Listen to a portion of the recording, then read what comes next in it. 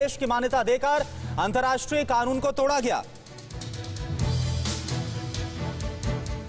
Joe Biden ने कहा Ukraine में अब राजनीतिक तरीके से हालात को भड़काने की कोशिश हो रही है।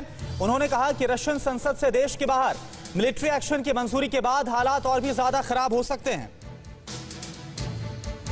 बाइडेन ने पुतिन को चेतावनी देते हुए कहा, नाटो देशों की सीमा की एक एक इंच की सुरक्षा के लिए अमेरिका वचनबद्ध है। हम सब मिलकर रूस की हर चुनौती का जवाब देंगे। बाइडेन ने यह भी कहा कि हम कोशिश कर रहे हैं कि समस्या का कोई हल निकले।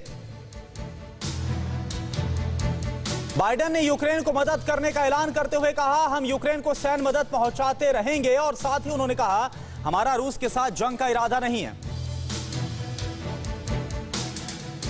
रूस यूक्रेन के बीच जंग के हालात को देखते हुए अमेरिका अब रशियन कंपनी पर गाज गिराने वाला। अमेरिकी प्रशासन ने सख्त प्रतिबंध लगाने की तैयारी शुरू कर दी। Russian technology electronics computer company पर कार्रवाई होगी।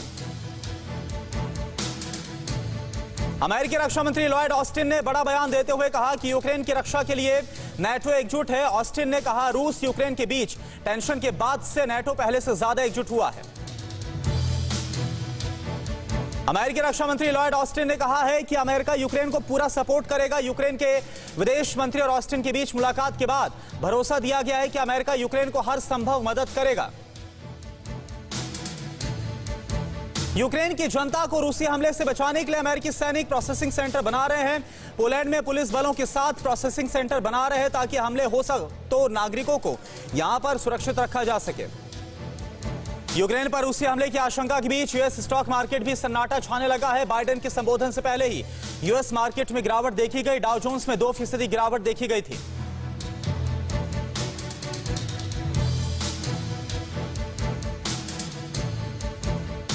तो एक अलग तरह की जंग अपने देश में भी छिड़ी हुई है। इस पर भी आपको हम बता दें, चुनावी जंग। जी हां, 3 राज्यों के मतदाताओं ने अपना काम कर दिया है, जबकि यूपी के वोटर अपना फैसला सुना रहे हैं। राज्य में 7 चरणों में वोटिंग हो रही है और आज चौथा चरण है। 59 सीटों पर आज मतदान हो रहा है। और अब देखते हैं यूपी चुनाव से जुड़ी अपडेट्स क्या और बड़ी खबर क्या है, ये आपको बता दें। यूपी में चौथे चरण के लिए वोटिंग जारी है। यूपी के 9 जिलों की 59 सीटों पर वोटिंग हो रही है और सुबह 11 बजे तक की बात की जाए तो 22.63% मतदान हो चुका है। अब इसमें अगर हम जिलावार देखें तो लखीमपुर खीरी में सुबह 11 बजे तक 26.30% वोटिंग हो गई है। तो पीलीभीत में 11 बजे तक 27.43% वोटिंग हुई है। तो ये अलग अलग जिलों के हिसाब से भी हम आपको बता रहे हैं। और अभी तक के जो आंकड़े उसके मुताबिक लखीमपुर खीरी से जानकारी आ रही, 11 बजे तक यहां पर 26.30% वोटिंग हुई है और पीलीभीत में 11 बजे तक 27.43% वोटिंग हुई है। और वहीं लखनऊ में वोटिंग के लिए पहुंची मालिनी अवस्थी की तरफ से कहा गया कि कलाकार की भी राजनीतिक सोच होनी चाहिए। 10 मार्च को एक मत से निर्णय आएगा। मालिनी का दावा है मौजूदा सरकार रिपीट करेगी। यूपी को लेकर नकारात्मक सोच बदली है।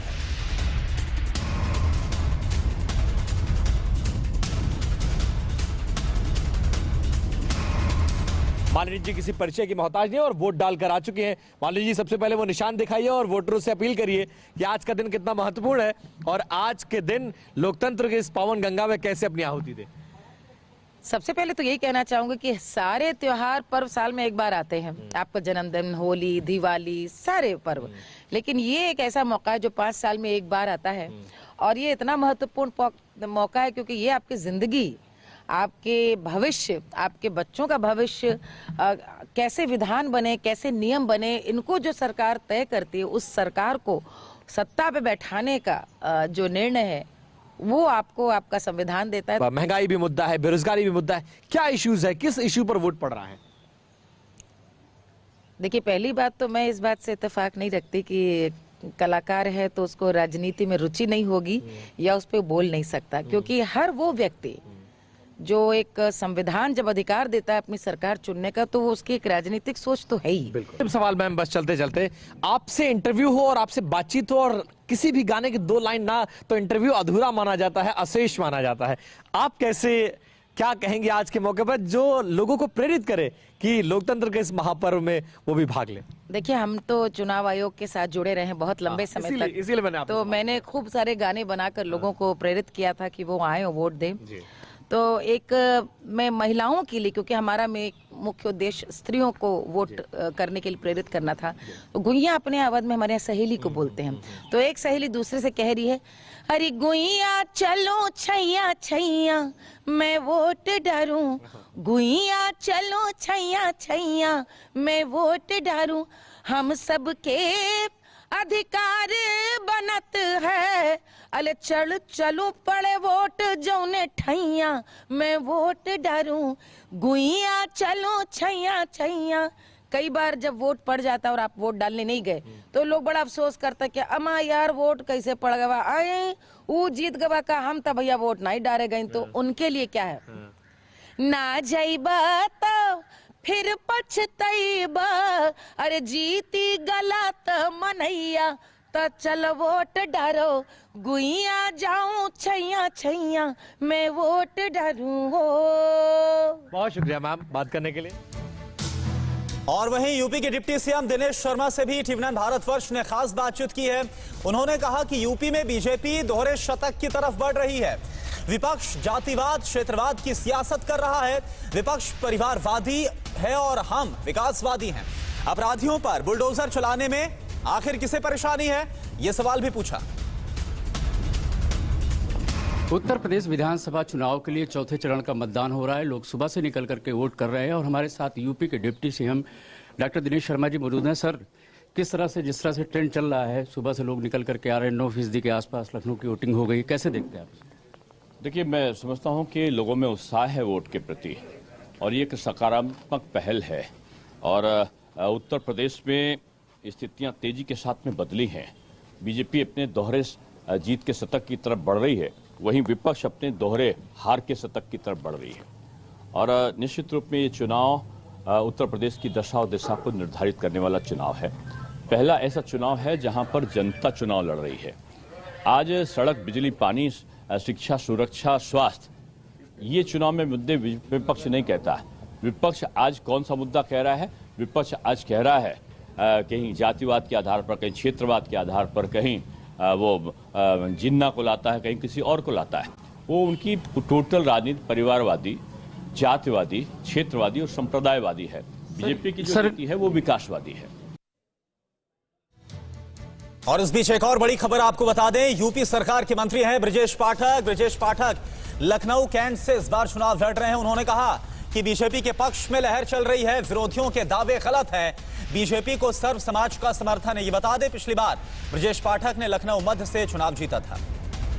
उत्तर प्रदेश विधानसभा चुनाव के लिए चौथे चरण का मतदान चल रहा है और लखनऊ कैंट से प्रत्याशी योगी सरकार के वरिष्ठ मंत्री ब्रजेश पाठक जी हमारे साथ हैं। सर, मतदान कैसा चल रहा है? जैसा ये मतदान बहुत अच्छा चल रहा है, बीजेपी के पक्ष में लहर चल रही है, सड़कों पर अपार उत्साह है और सर्व समाज का वोट बीजेपी को मिल रहा है। मैं सबसे अपील करता हूं, घरों से निकल करके कमल का बटन दबाएं।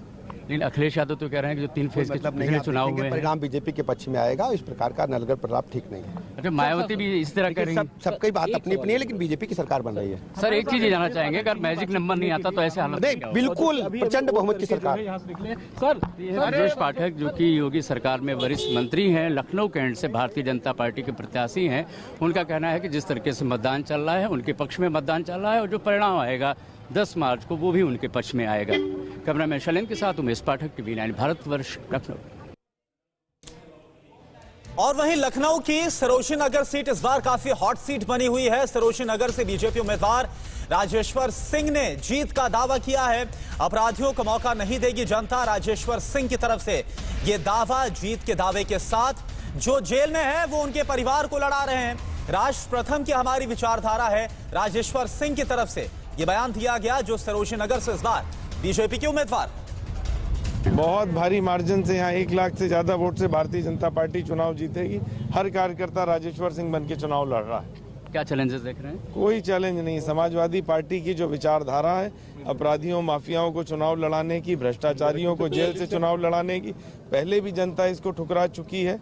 2017 में भी इनको 30-40 कुछ सीट मिली थी, वही हालत फिर होगी, क्योंकि फिर ये अपराधियों, माफियाओं को चुनाव लड़ा रहे हैं। 60 मुकदमे वाले, 80 मुकदमे वाले जो मंत्री जेल में हैं, उनके परिवार को चुनाव लड़ा रहे हैं। तुष्टीकरण की राजनीति करते हैं, जिन्ना को स्वतंत्रता संग्राम सेनानी बताते हैं, पाकिस्तान को दुश्मन नहीं मानते, आतंकवादियों के मुकदमे छोड़ते हैं। ये विचारधारा नहीं, किसी को ये विचारधारा पसंद नहीं है।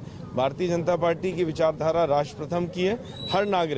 हर नागरिक देश से प्रेम करता है और इसी विचारधारा का। सर, विपक्ष जब चुनाव प्रचार कर रहा था उसने 2-3 इशू भी उठाए, जिसमें स्वाति सिंह का टिकट काटा जाना, फिर एक कहना कि प्रत्याशी के पैराशूट लैंडिंग कराई गई। अब ये विपक्ष के पास यही काम है। अभी जो चुनाव हार जाता है विपक्ष तो इसी तरह की चीजें करता है। मैं तो यहाँ का रहने वाला हूँ, मैं यहाँ पे पढ़ा, यहाँ पे पैदा हुआ, यहाँ पे पोस्टिंग रही, उसके बाद आप कहें पैराशूट लैंडिंग, तो ये विपक्ष से ही पूछने वाला है। अब उनके पास कोई मुद्दा तो है नहीं।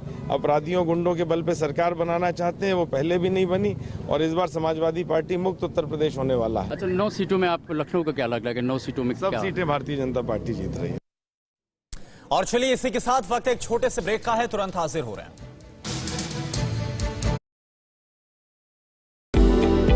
कुछ चुनाव के मौके जिंदगी में सिर्फ एक ही बार आते हैं। घर एक मौका एक, इसलिए सीमेंट भी देश का number 1 UltraTech, India's number 1 cement. इस इलेक्शन के दौरान प्रत्याशी चुनिए सोच समझ के। अल्ट्राटेक सीमेंट द्वारा प्रदेश हित में जारी।